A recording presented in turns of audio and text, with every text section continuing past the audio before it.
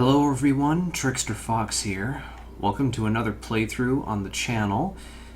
This time it's going to be Star Wars Dark Forces. You see, now that I'm done with Star Fox 64, I wanted to move on to something a little bit different.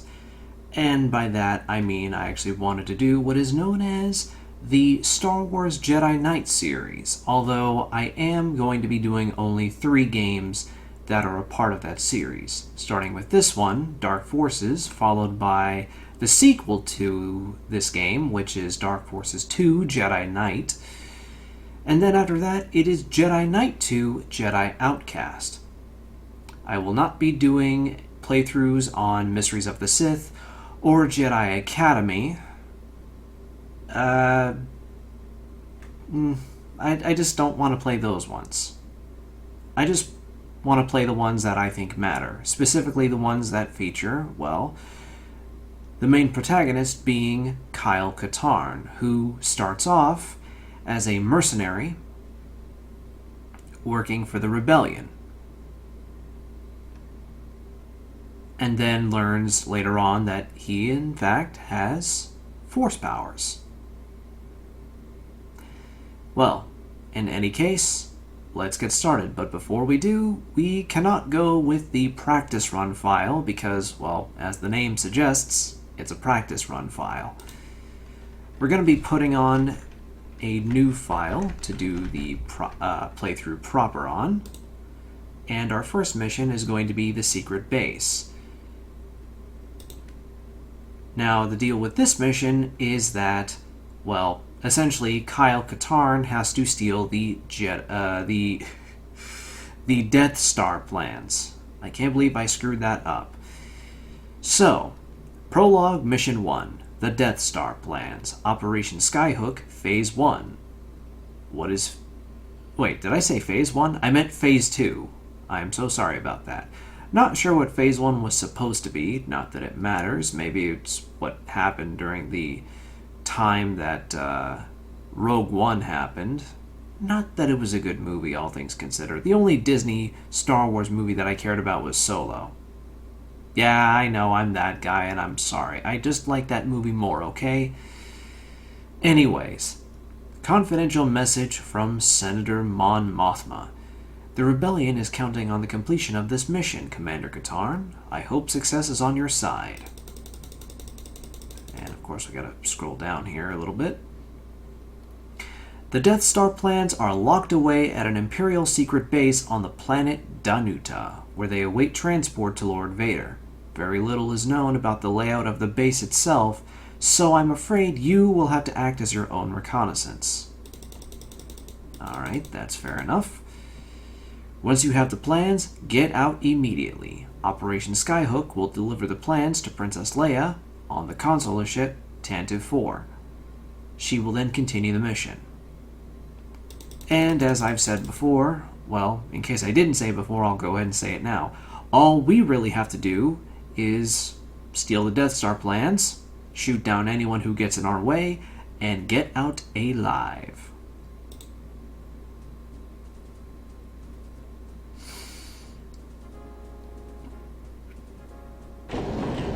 Now, gameplay-wise, this game plays very similarly to something like Wolfenstein 3D, Doom or Doom 2, and I guess more notably, Duke Nukem 3D, because this game is actually a lot more similar to Duke Nukem 3D than Doom or Doom 2. Case in point, I don't know if you could hear it, the similar pickup sound effects that happens when you, well, pick up something. Whether it be ammunition for a weapon, or shield units, which is basically like this game's equivalent of armor. And as far as I know, this is the first game in the Star Wars franchise to introduce Kyle Katarn as a character. I'm actually not sure at this point in time if there were any comics beforehand that introduced him as a character.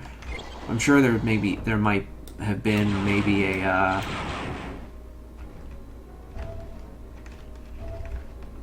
a comic or two after the Jedi Knight series, I should say, took off. Never mind the constant blaster fire coming from the troops that have somehow worse aim than I do. No, I don't think I will. Okay, maybe my aim is not so good either. But that's alright. Okay, I thought somebody was directly behind me, but I guess not. And for some reason, it looks like anytime somebody shoots lasers at me, well, apparently, I don't get hurt. I can still get hurt through other means by losing health, but for some reason, my armor will not go down. Now, why that is, I'm not exactly sure. In case anyone is wondering, no, I did not put any cheat codes. But in any case, I really have to get moving here because, well, those Death Star plans are not going to seal themselves. So, with that, we have more energy cells, which works as the ammunition for both this Stormtrooper blaster rifle that Kyle snatched, as well as his default pistol, the Briar pistol, which does make a comeback in the sequel to this game, which I will for the most part be referring to not as the first Jedi Knight, even though it is the first one in the series to have that name, but more importantly, I'm just going to call it Dark Forces 2 because, well, it's the sequel to Dark Forces. And if anything is to be taken away from that game, it's that, well, while this game is more like, say, Duke Nukem 3D, there we go.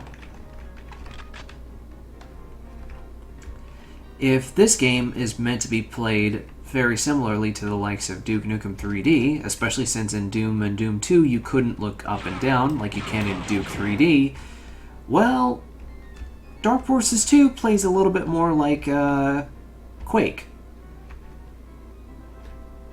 And a certain other feature that I will not really touch upon very much until I get to that game. There we go. Alright, so now that those troops are taken care of, well, those ones at least, we can get more ammo, shoot that troop.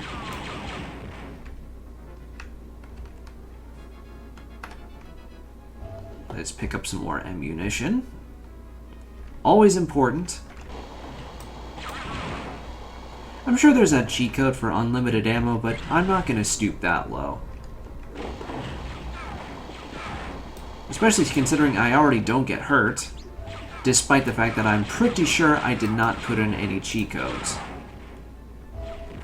And yes, I am damn sure that I did not put cheat codes in. Okay, somehow my aim is worse than the Stormtroopers. That's not supposed to be. And now I kind of just want to take my frustration out on this mouse droid by punching it. If it would stop moving, I think I got it, but that's alright. No, I did not get it. Because those things take 2 punches to destroy, not just 1. For some weird reason. And the way that I'm playing this, well, I have to get back up there now. I am playing this via DOSBox, but I got this game through Steam along with Jedi Knight and Jedi Outcast. Even though I very blatantly said that I would be referring to Dark Forces 2 as, well, Dark Forces 2, because it's in the title.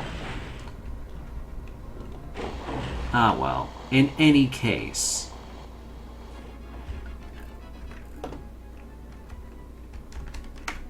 Okay.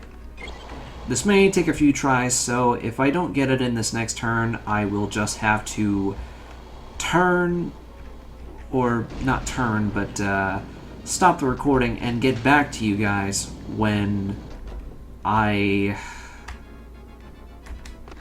have made that jump that I am so desperately trying to make.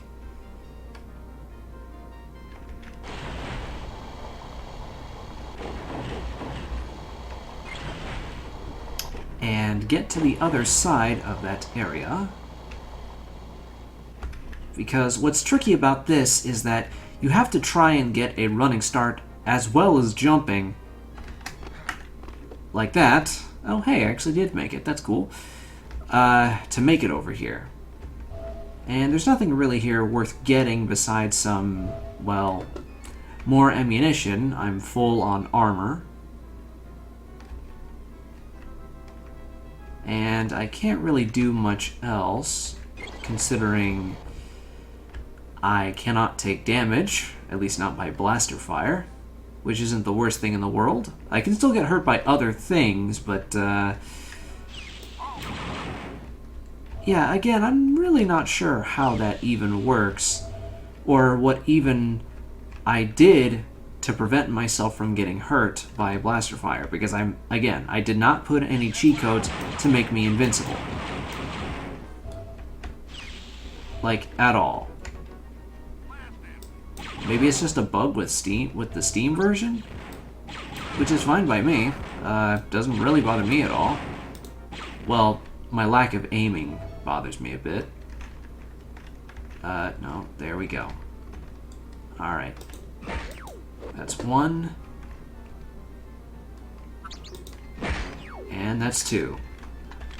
And in case anybody is wondering what those things are that are poking out of the mouse droids when I punch them, well, apparently those are batteries, which will be necessary if I use the headlight, which I can use by pushing F5. This is too easy. Now to get to my ship.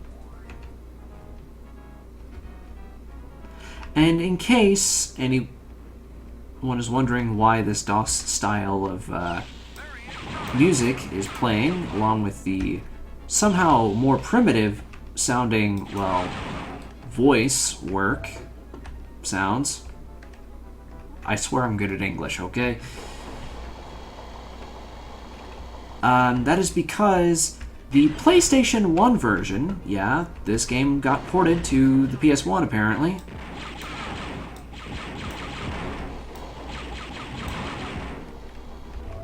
Well, apparently that version has better sound in terms of both audio as well as voice work because, well, I don't know if anybody picked up on this, but apparently in the teaser trailer that I did for this game, I used a track from the PS1 version. Anyways, we are at the end of the first mission. The Death Star plans are safely in our hands, and now now basically Kyle has to take them to, well, Princess Leia so that Episode 4 A New Hope can take place, and, well, by that point we all know what happens. In any case, I've been Trickster Fox. Thank you so much for watching. Be sure to leave a like and comment down below, and don't forget to click the subscribe button for more of my content if you so wish, and be sure to click the notification bell so that you don't miss an upload from me, and as always, never forget to keep your gaming spirit alive. I'll see you guys in the next one.